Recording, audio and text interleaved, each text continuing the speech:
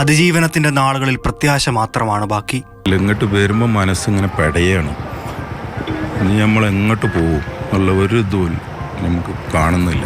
ഇനിയും കണ്ടെത്താനുള്ള 6 പേരെ തേടിയെത്തിയ മുണ്ടക്കൈ സ്വദേശി സുൽത്താൻ ഇനി ഒരിക്കലും ഇവിടേക്ക് മടങ്ങാൻ ആഗ്രഹിക്കുന്നില്ല. ഇപ്പോഴും എൻ്റെ തീർന്നില്ല. എപ്പോഴും വിറയല, കയ്യും കലക്കെ വിറയ. സ്ഥലങ്ങളൊക്കെ കാണുമ്പോൾ ഒറ്റയ്ക്ക് ഇരിക്കാൻ കഴിയുന്നില്ല എനിക്ക്.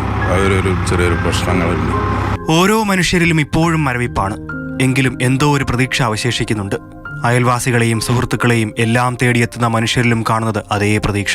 എൻ്റെ ഫാമിലി മൊത്തം അവിടെ നിന്ന്, മാമൻ്റെ വീട്ടിൽ നിന്ന്, അത് ഒരു തരി ഇല്ലാണ്ട് എല്ലാം പോയി. അങ്ങനെ മൊത്തം 26 പേര് പോയി. ഇനി 6 പേരെ കിട്ടാനാണ്. പ്രതീക്ഷയിലാണ് ഇപ്പോൾ ഇങ്ങോട്ട് വന്നിട്ടുള്ളത്.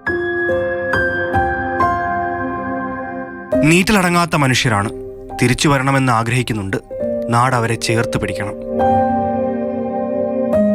പ്രജോഷ് കുമാറിനൊപ്പം അരുൺ അമൃതനാഥ്, മാതൃഭൂമി ന്യൂസ്, വയനാട്.